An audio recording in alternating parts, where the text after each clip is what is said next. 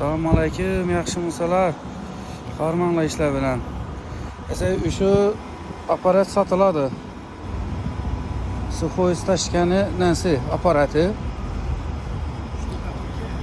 Shtukaturka deysiz, nima dedingiz? Suvag'niki ekan. Ne yapma, tashki debman. Suvag'niki.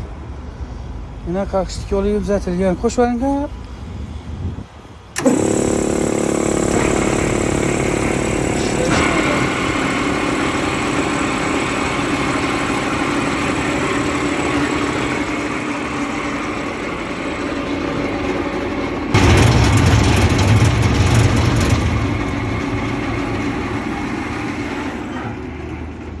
Şlankelerim enerji toza, tempilik alıngan.